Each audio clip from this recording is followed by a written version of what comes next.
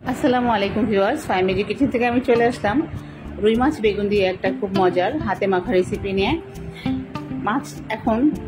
মাছ খেতে খুবই সুস্বাদু লাগবে, কারণ এখন কোরবানি ঈদ। এখন সবার ঘরেই শুধু গরুর গোশ খেতে খেতে যখন হয়রান হয়ে যাবে, তখন এরকম একটা রেসিপি যখন বানিয়ে নেবেন, দেখবেন সবাই খুব মজা করে খাবে। এখানে আমি কয়েক পিস রুই মাছ ছোট ছোট করে কেটে নিয়েছি। তার সাথে দিয়ে দিয়েছি 3-4টা কাঁচামরিচ কুচি এবং 3-4টা পেঁয়াজ কুচি এবং এক চামচ আদা রসুন বাটা, স্বাদ মতো লবণ, 1 চামচ হলুদের গুঁড়া, 1 চামচ জিরার গুঁড়া, 1 চামচ লাল মরিচের গুঁড়া এবং 1 চামচ ধনিয়ার গুঁড়া আর 1 টেবিল চামচ তেল দিয়ে ভালো মতো আমি রুই মাছটা সবগুলো মশলার সাথে হাত দিয়ে মাখিয়ে নেব। এভাবে হাত দিয়ে মাছটা এমনভাবে মাখাবো যাতে মশলাটা মাছের মধ্যে খুব ভালো মতো মিশে যায়।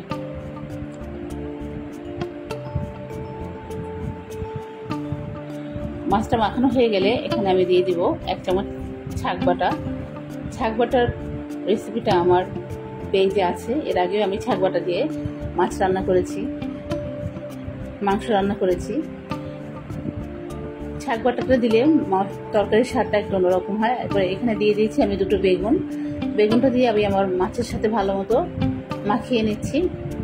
এভাবে হাতে মাখা বেগুন দিয়ে রুই মাছ দিয়ে রান্না করলে হাতে মাখিয়ে, তো সেটার স্বাদ খুবই টেস্টি হয়। এবং দিয়ে হাতে মাখানো যে আমার মশলাটা ছিল সেটা আমি ধুয়ে একটু পানি দিয়ে দিলাম। এখন আমি এটা ঢেকে 10 মিনিটের মতো কষিয়ে নিব। মাছ এবং বেগুনটা আমার কষানো হয়ে গেছে, একটু নেড়ে চেড়ে দিচ্ছি আমি আলতো হাতে। এরপর আমি এখানে সামান্য পরিমাণে পানি দিয়ে দিব, 1/2 কাপের মতো।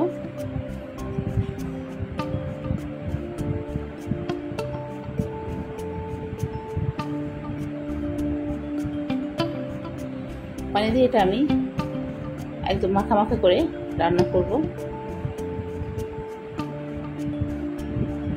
লবণটা আমার একটু কম হয়ে গিয়েছিল, লবণ দিয়ে দিলাম।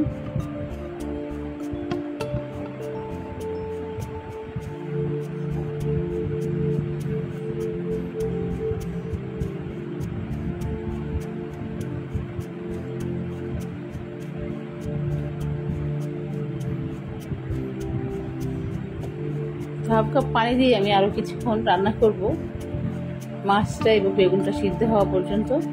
যখন মাছ আর বেগুন আমার সিদ্ধ হয়ে ঝোলটা একদম একটু কমে আসবে, তারপর সবশেষে আমি দিয়ে দেবো কিছু আস্ত কাঁচামরিচ এবং ধনিয়া পাতা দিয়ে এটা আমি চুলা থেকে নামিয়ে নেব। এভাবে বেগুন দিয়ে রুই মাছ দিয়ে হাতে মাখিয়ে রান্না করলে খুবই একটা টেস্টি তরকারি হয়। আর এখন যেহেতু কোরবানি, সবার ঘরেই গরুর গোশ, তো খেতে যেহেতু ভালো লাগবে না, এরকম একটা মাছের তরকারি হলে সেটা খুবই টেস্টি হয়। তো এতক্ষণ আমার সাথে থাকার জন্য অনেক ধন্যবাদ। আসসালামু আলাইকুম।